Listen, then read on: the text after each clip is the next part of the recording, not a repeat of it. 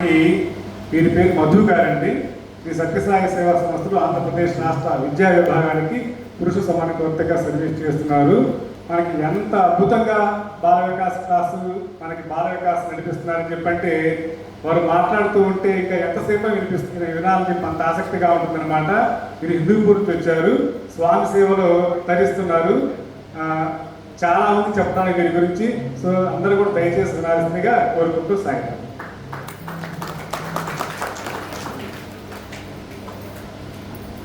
ఓం శ్రీ సాయిరామ్.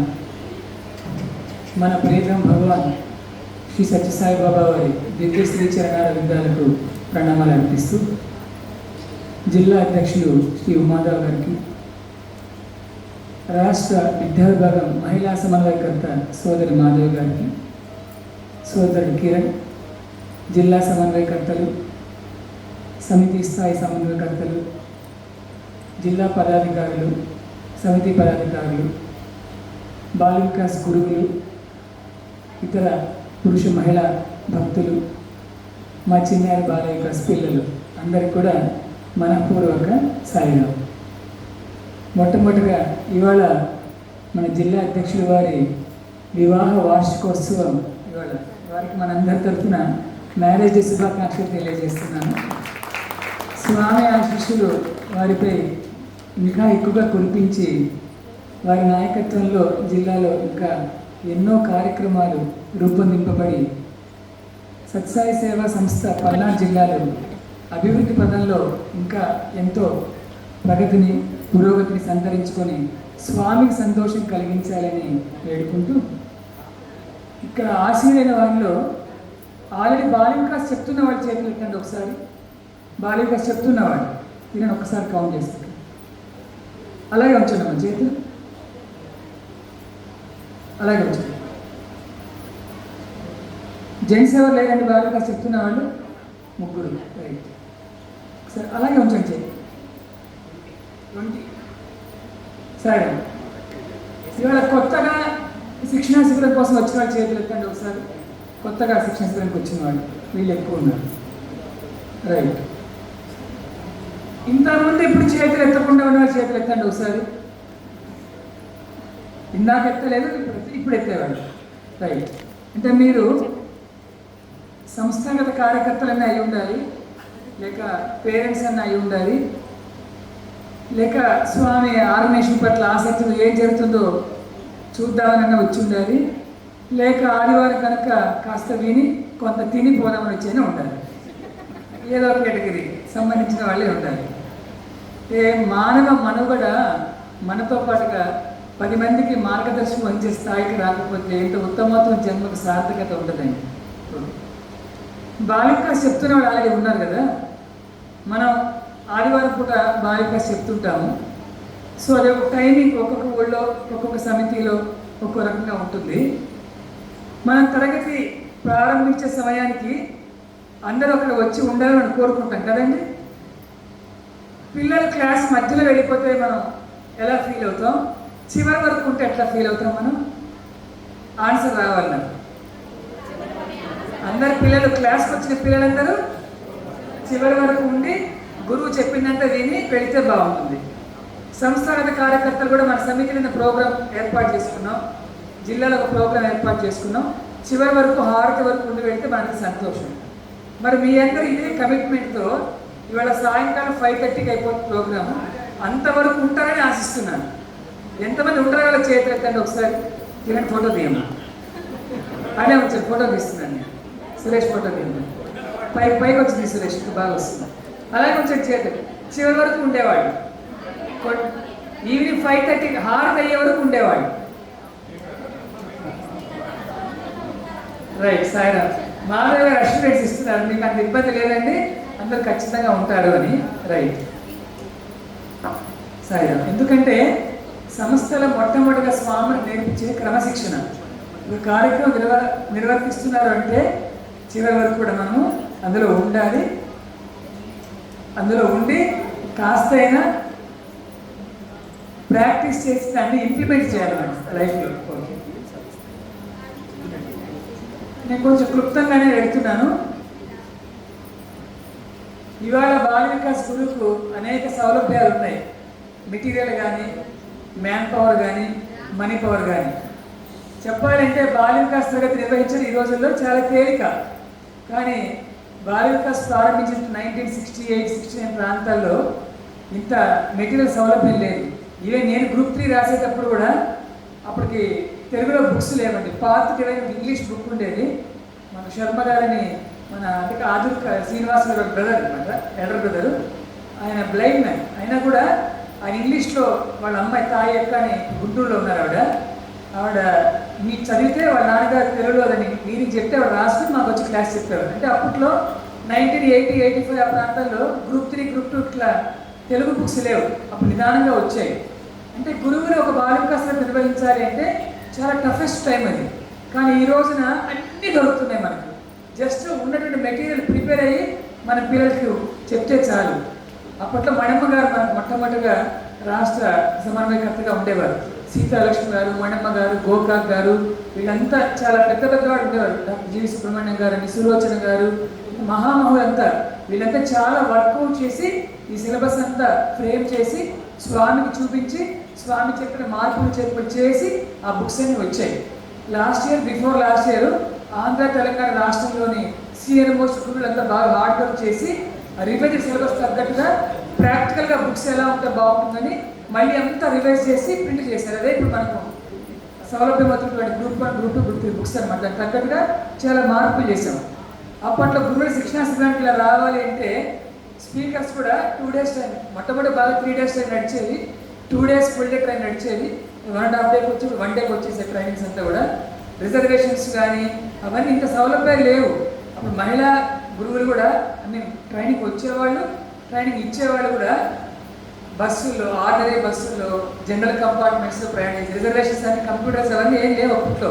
ఆ మెటీరియల్ అంతా మోసుకుని చాలా వ్యయ ప్రయాసాలు వచ్చి కేవలం స్వామి పట్ల ఉన్న భక్తి విశ్వాసాలు 10 మంది పిల్లలు బాగుపరిచే సమాజం నుంచి వచ్చే సంకల్పంతో వాళ్ళంతా కూడా అలా ప్రయాణం సాగించి వచ్చేవారనమాట. ఆ జర్నీ కూడా ఇంత కంఫర్టబుల్గా ఉండేది కాదు. నెక్స్ట్ అప్పట్లో ఇప్పుడు ఇన్ఫర్మేషన్ మనకు పీపీటీలు వచ్చేసాయి, ప్రింటెడ్ మెటీరియల్ వచ్చేసింది, మనకు అన్ని బాగా దొరుకుతున్నాయి. అప్పట్లో లేదండి. ఇట్లా ట్రైనింగ్లో ఎవరైనా చెప్తుంటే మేమంతా రన్నింగ్ నోట్స్ రాసుకునేవాళ్ళం. అంటే almost 50 years back running notes రాసుకుని దాన్ని ప్రిపేర్ అయ్యి క్లాస్ చెప్పేవాళ్ళు. పిల్లలు లాగా ఉండేవాళ్ళు, పెద్దవాళ్ళు కూడా అలాగే ఉండేవాళ్ళు. ఇవాళ మనకు మొత్తం అంతా మొబైల్లో ప్రపంచం వచ్చేసింది కాబట్టి అన్నీ దొరుకుతున్నాయి. వాటి గురువు ఎక్స్ట్రా ఎఫర్ట్ ఏం కూడా పెట్టాల్సిన అవసరం లేదు. అప్పట్లో మణమ్మ గారు, సులోచన గారు అంతా స్పీకర్స్ ఒక లెటర్ రాస్తారు. 15 పైసలు ఉండేది కార్డు. ఇలా పలానా ఊళ్ళో పలానా ట్రైనింగ్ ఉంది, మీరు రావాలి, మీ టాపిక్ ఇదే. ఆ పోస్ట్ కార్డ్ బేస్ చేసుకునే మొత్తం కార్యక్రమాలు కూడా నడుస్తుండేవి. ఇవాళ ఎంత మనకు టెక్నాలజీ వల్ల ఇటువంటి ఇబ్బందులు మనకి ఏమిటి కూడా లేవు. తర్వాత నెక్స్ట్ పాఠ్యాంశాల పుస్తకాలు అప్పుడు లేవు. మొట్టమొదటి బాలిక సిలబస్ ఏంటి తెలుసా అండి? స్టోరీ టెల్లింగ్, భజన్ సింగింగ్, అంతే. గ్రూప్స్ ఈ రెండింటితోనే బాలిక స్టార్ట్ అయ్యింది. ఈ రెండే మొత్తం సిలబస్ అంతా. రాను స్వామి వారి ఆదేశం మేరకు స్వామి సూచన సలహాలు తీసుకుంటూ అవన్నీ కూడా డెవలప్ చేస్తూ వచ్చారు కంటెంట్. ఎందుకంటే ఆ స్టేజ్ నుంచి నేను చూశాను బాల వికాస్ని. అలా డెవలప్ అవుతూ వచ్చింది మెల్లిమెల్లిగా. స్వామి స్టేజ్ బై స్టేజ్ సిలబస్ కూడా మార్పు చేస్తూ వచ్చారు. తర్వాత ఉదయం 9 o'clock స్టార్ట్ అయ్యేది మాకు ట్రైనింగ్ క్లాసు. నైట్ 9 o'clock అయిపోయేది first day. Second day morning 5 o'clock start అయ్యేది, ఈవినింగ్ 5 o'clock అయిపోయేది. నిజంగా ఒక్కరు కదలకుండా కూర్చునేవాళ్ళు. మార్నింగ్ 9 స్టార్ట్ అయితే నైట్ 9 వరకు, ఎందుకంటే group activities, story telling, evening పెట్టేవారు అనమాట. కట్టు కదలకుండా కూర్చునేవారు. అసలు పిక్చర్ ఆఫ్ సెల్ఫ్ అంటే గురువుల యొక్క అంకిత భావం, శిక్షణా శిబిరంలో అంకిత భావం అంత ప్రస్ఫుటంగా ఆ రోజుల్లో కనిపించేది. నెక్స్ట్ భగవాన్ బాబా వారు ఒకసారి అడిగారు, బాల వికాస్ తరగతులు ఎవరికి అని. మన ఆంధ్ర రాష్ట్ర పేపటి ఇరానీ గారు, సీతాలక్ష్మి మేడం వీళ్ళంతా ఉన్నప్పుడు, రమణమ్మ గారు వీళ్ళంతా, హైమవత్ గారు, చాలామంది మీరు బహుశా చూస్తుంటారు, కొంచెం చూడకపోయి ఉండొచ్చు. జయలలిత గారు వీళ్ళంతా కూడా తెలంగాణ ఆంధ్ర కంబైన్ ఉంటుంది కదా. అప్పుడు స్వామి ఇంటర్వ్యూ ఇచ్చి సంతోషం అన్నాడు. అని ఎవరు మీరంతా అన్నారు. అంటే స్వామి దగ్గర కొంచెం జాగ్రత్తగా మాట్లాడాలి. ఎంత సరదాగా ఉంటారో విషయం వచ్చి స్వామి అంతే సీరియస్గా ఉండేవారు. స్వామి అడిగినప్పుడు కేవలం సీతాలక్ష్మి గారు కానీ రాణి గారు ఇద్దరే మాట్లాడారు అనమాట. అంటే జాగ్రత్తగా ఉండాలి కాబట్టి. మీరంతా ఎవరు అన్నారు. బాల వికాస్ గురువులు స్వామి అన్నట్టు. ఎస్, బాల వికాస్ ఎవరికి అన్నట్టు స్వామి. సీతారామ గారు వెంటనే మా కోసం స్వామి అన్నట్టు. అదేంటి, బాల వికాస్ పిల్లల కోసం కదా అన్నట్టు స్వామి. కాదు స్వామి, పిల్లలకు చెప్పే నిమిత్తంలో అవన్నీ ప్రిపేర్ అయ్యి మేము బాగా అవగాహన చేసుకుని మేము ఆచరిస్తూ పిల్లలు చెప్తాం కాబట్టి బాల వికాస్ చెప్పడం వల్ల పిల్లల కన్నా ముఖ్యంగా ముందు మేము లబ్ధి పొందుతున్నాం స్వామి, బాల వికాస్ మాకే అనుకుంటున్నాం స్వామి అని చెప్పారు. స్వామి ఎస్ కరెక్ట్, ఎస్ కరెక్ట్. గుర్తుపెట్టుకోండి, బాల వికాస్ గురువులు అంటే ఎవరిని ఉద్ధరించే కార్యక్రమం అనుకోవద్దండి. మొట్టమొదటిగా మీ స్వీయ ఉద్ధరణ, మీ బాగు కోసం మీరు వస్తున్నారు, మీలో మార్పు కోసం మీరు వస్తున్నారు, అది గుర్తుపెట్టుకోండి అన్నట్టు. అలా మాట్లాడుతున్నప్పుడు సీతాలక్ష్మి ఒక ప్రశ్న వేశారట. స్వామి, పిల్లలు చాలాసార్లు గురువులు చెప్పేటువంటి విషయాలు ఆచరించడం లేదు స్వామి, అనుకున్న మార్పు వాళ్ళు రావడం లేదు స్వామి. కానీ అదే మీరెవరైనా మీ స్టూడెంట్స్ చెప్తే వాళ్ళు వెంటనే మీ మాట వింటారు స్వామి, ఎందుకు అన్నారు. అనగానే మనం ఏమనుకుంటాం, ఆయన భగవంతుడు కాబట్టి చెప్తే అందరూ వింటారు, మనం కాబట్టి మనం చెప్తే వినరని మనం అనుకుంటాం అని స్వామి చూడండి అలా చెప్పలేదు. కరెక్ట్ సీతాలక్ష్మి, మంచి ప్రశ్న వేశావు. నేను ఏదైనా చెప్పే ముందు ఆచరించి చెప్తాను కాబట్టి నా మాట నా పిల్లలందరూ వింటారు, మీరు కూడా ఆచరించి చెప్తే మీ మాట తప్పకుండా వింటారు పిల్లలు అన్నట్టు స్వామి. చూసారా భగవంతుడు ఎంత గన్ షాట్ పాయింట్ చెప్పాడు. పిల్లల్లో మార్పు రావాలంటే మొట్టమొదటి ఎవరిలో మార్పు రావాలండి? మనలో. తప్పు. ఎవరిలో మార్పు రావాలండి? చెప్పేవాళ్ళు. తప్పండి. ఎవరిలో మార్పు రావాలి? తల్లిదండ్రుల మార్పు రావాలి. తప్పండి. ఎవరిలో మార్పు రావాలి? నాలో. ఎవరు చెప్పారమ్మా? ఎవరు చెప్పారు? నాలో మార్పు రావాలి అనుకోవాలి. పక్క వాళ్ళలో మార్పు రావాలి, మా సంతి కన్నిటలో మార్పు రావాలి, మా డీపీ గారిలో మార్పు రావాలి కాదు. ఫస్ట్ పిల్లల్లో మార్పు రావాలంటే ఎవరికి వాళ్ళు ఎప్పుడు కూడా నాలో మార్పు రావాలి అని అనుకుంటే ఫస్ట్ అక్కడి నుంచి మనకు సాధన శిబిరంలో కొంచెం నేర్చుకోవడానికి అవకాశం ఉంది. ఇవాళ ట్రైనింగ్కి వచ్చామంటే ఇందులో కంటెంట్ అంతా బాగా నేర్చుకోవాలంటే నేను శ్రద్ధగా విని నేను నేర్చుకునేటువంటి తప్పన వాళ్ళకి రావాలి. ఒకసారి 1992లో గురు శిక్షణా శిబిరం జరిగింది పుట్టబర్తిలో, చాలా బాగా జరిగింది. స్వామి హారతిసి వెళ్తున్న సీతాలక్ష్మి గారు, స్వామి చాలా సంతోషం స్వామి అన్నారు. వెంటనే స్వామి రైతులకి ఎందుకు అన్నారు. మీరు రేపు ఉదయం గురువులందరూ పాదనమస్కారాలు ఇస్తామని చెప్పారు కదా స్వామి, చాలా ఉత్సాహంగా ఉన్నారు అందరు గురువులంతా అన్నాడు. స్వామి వెళ్ళి వెనక్కి వచ్చారు. వచ్చి గురువులా ఎక్కడా అన్నారు స్వామి. అంటే బ్లాక్ చేసి కూర్చోబెట్టారు మమ్మల్ని, జెంట్స్ పక్కన లేడీస్ పక్కన కుటుంబంతా తెలుసు కదా, కూర్చోబెట్టారు. అంటే ఇటువంటి స్వామి వీళ్ళంతా బాల వికాస్ గురువులు అన్నారు. స్వామి ఇలా చూశారు అందరూ. ఇలా చూసి బంగారు మీరంతా బాల వికాస్ గురువులా బాల వికాస్ టీచర్లా అన్నారు. అనగానే పిక్ ఆఫ్ సైలెన్స్. స్వామి సీతాలక్ష్మి గారితో, సీతాలక్ష్మి వీళ్ళంతా బాల వికాస్ టీచర్లు, బాల వికాస్ గురువులు కాదు అని. బాల వికాస్ టీచర్లకి బాల వికాస్ గురువులకి తేడా ఏమిటి అని అడిగారు. భగవంతుడు అడుగుతుంటే మనం చాలా తడుపు జాగ్రత్తగా ఉండాలి.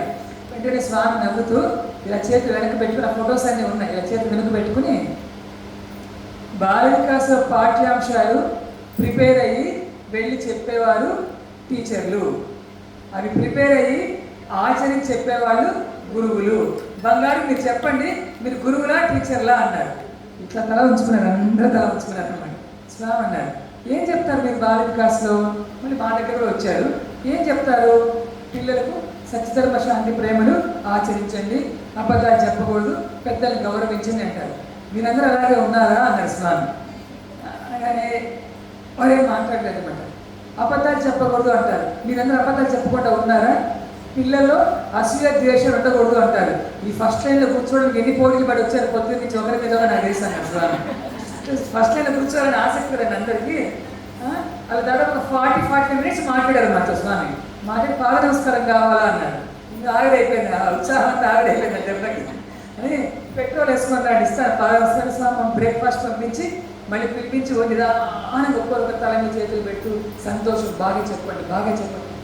ఎంత ప్రేమ కురిపించారు స్వామి. మరి అలాగే చూడడం కూడా అంటించారు స్వామి. అంటే మన విద్యుత్ ధర్మాన్ని చాలా బాగా గుర్తు చేశారు స్వామి. అసూయ ద్వేషాలు ఉండకూడదు అంటుంటారు. ఇలా అంటుంటే ఒక ఆవిడ అంటే హస్బెండ్కి ఆరోగ్యం బాగోలేదు, స్వామి మా ఆయనకి ఆరోగ్యం బాగలేదు, పసుపు నిలబడి స్వామి అన్నది.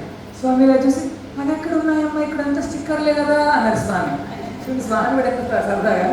ఇంకొక ఆవిడ ఏదో వాళ్ళ బంధువులు అడుగుతుంటే, చూడు నీవు నీ వ్యక్తిగత జీవితం, నీ సాధన, నీ ఉద్ధరణ చూసుకో. నీ బంధువుల ఉన్న కష్టం నీకెందుకు, వాళ్ళ సాధన వాళ్ళ భగవత్ అనుకుని ఎలా లభిస్తుంది, నీ వరకు నువ్వు చూసుకో అన్నట్టు. అంటే గురువులకు ఉండాల్సినటువంటి ఆలోచన విధానాన్ని కూడా చాలా సున్నితంగా స్వామి హెచ్చరించారు అన్నమాట మొత్తం. నెక్స్ట్, చాలామంది అడుగుతుంటారు బాల వికాసం ఏం నేర్పుతారంటే, అంటే కొత్త వాళ్ళు వచ్చేది కాబట్టి చెప్తున్నాను. ఏం చెప్తామంటే మనం బాల వికాసం ఏం నేర్పుతారంటే, ఎవరైనా పేరెంట్స్ అడుగుతారు, కొత్త వాళ్ళు అడుగుతారు మీ పిల్లలు బాల వికాసం పంపించి మనం చెప్తాం. ఏం నేర్పుతారంటే అక్కడంటే మనం ఏం చెప్తామండి, మానవత నేర్పుతాము. అదొకటేనా సార్? భగవంతుడైన విశ్వాసం, క్రమశిక్షణ, సత్ప్రవర్తన అంటే మానవతలు అంటారు కదా. అదే ఇంకా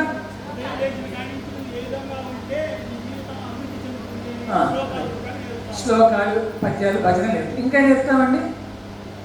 ఇడ్లీ ఉప్మా కొంచెం ఎక్కువైనట్టుంది, డోసు కదలట్లేదు, మా నోరు రావట్లేదు. ఇంకేం చెప్తాను బాల వికాస్లో? ఎవరిని అడిగితే ఏం చెప్తాం మనం? ఆటలు, స్టోరీలు, కథలు, స్టోరీలు అన్నా ఒకటేనమ్మా. ఇవన్నీ సరైన సమాధానాలే, కానీ వన్ వర్డ్ ఆన్సర్ కావాలి. వన్ వర్డ్ ఆన్సర్ ఇవన్నీ కలిపి ఒక వర్డ్లో వచ్చాయి మొత్తం. అమ్మా ఎలా సమాజం ఎలా ఉండాలో ఇది కూడా అంటే మంచి ఆన్సర్, కరెక్ట్ ఆన్సర్ కాదు. ఎవరైతే ఫస్ట్ చెప్పాల్సిన ఆన్సర్ బాల వికాస్ ఏం నేర్పుతారంటే భారతీయ సంస్కృతి నేర్పుతాము అని చెప్పండి. మనం చెప్పినవన్నీ అందులోకి వస్తాయి రావు.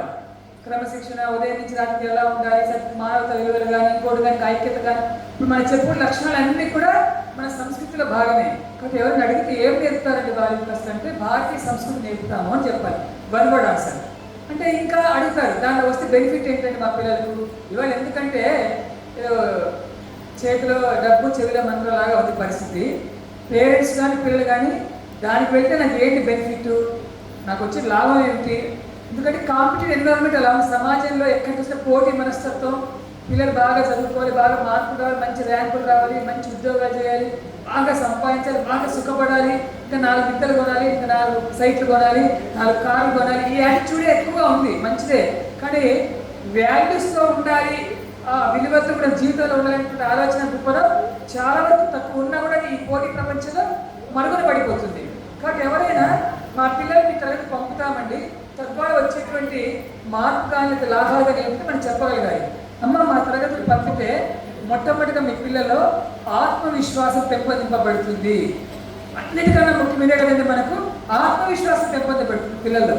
అంటే ఎందువల్ల ఈ రోజున చిన్న వాటికంతా బెదిరిపోయి ఆత్మహత్యలు, ఇళ్ల నుంచి పారిపోవడాలు, మాదక ద్రవ్యాలకు అలవాటు కావడాలు ఇలాంటివి జరిగింది. ఎందుకంటే ప్రెజర్ తట్టుకోలేక. ఆ ప్రెజర్ తట్టుకునేటువంటి శక్తి ఎప్పుడు వస్తుంది? ఈ స్పిరిచువల్ బేస్ ఉన్న పిల్లలకైతే వస్తుంది. తర్వాత రెండోది ఏమిటి, ఈ సృష్టిలో భగవంతుడు ఉన్నాడు అనే విశ్వాసం పిల్లల్లో కలుగుతుంది. తర్వాత పెద్దవాళ్ళని ఎలా గౌరవించాలో వాళ్ళకి తెలుస్తుంది.